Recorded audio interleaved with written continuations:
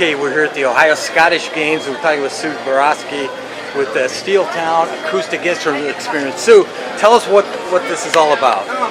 Well, this started about maybe 15 years ago. I started collecting different Celtic instruments, and all of a sudden people would, they knew that, and then they started giving me their Celtic instruments because they weren't using them anymore. And then I ended up with a lot of instruments, and I thought, what am I going to do with these? So I thought, what a great way, maybe I could share them with people and kids and inspire people to play Celtic music. So that's what this is all about.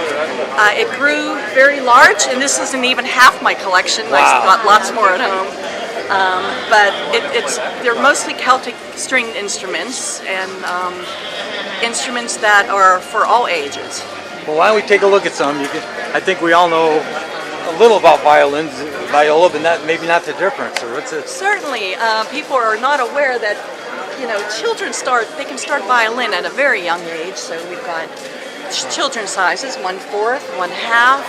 Then we go. This is actually a viola. And that's an adult size one. These are 4/4 size violins, which are used by adults and teens, and they're just a lot of fun to play.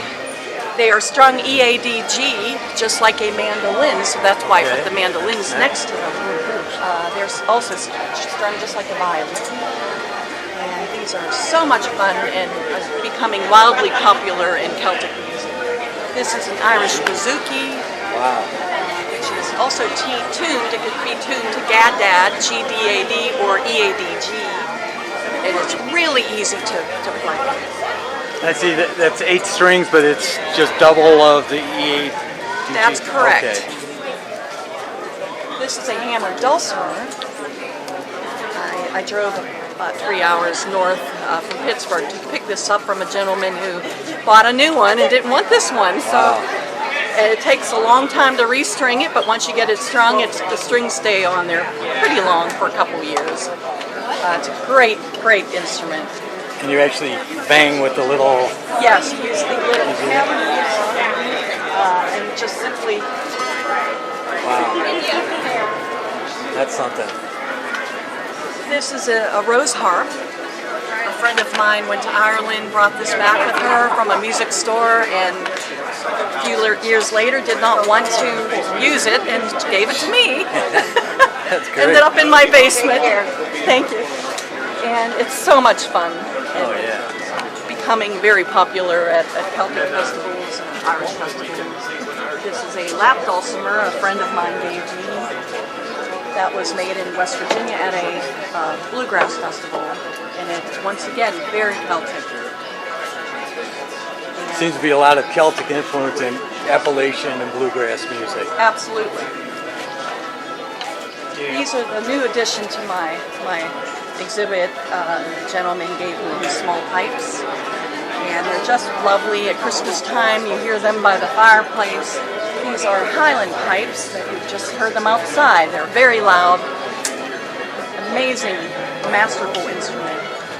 These are Elan pipes. They're Irish and very difficult to play. Very difficult to put together. Still working on that. Wow. But it's really cool to see these up close and personal. Oh, yeah. And my hope is that it will inspire more pipers. Sure, sure. Getting down to the end here, the auto harp, which has been around for quite a while in country music. Dolly Parton played one, but it's also, you'll see them at Renaissance festivals and very easy to play, even though it looks difficult. And we've got a drum here, it's called a bow run, which is an Irish drum, but also used in Scottish music. And it's quite fun, but not as easy as it looks. And then, of course, if you saw any of the main stage acts today, you're going to see a concertina, which is, to me, one of the most difficult instruments to play, but a lot of fun. It's a lot of rhythm to the music.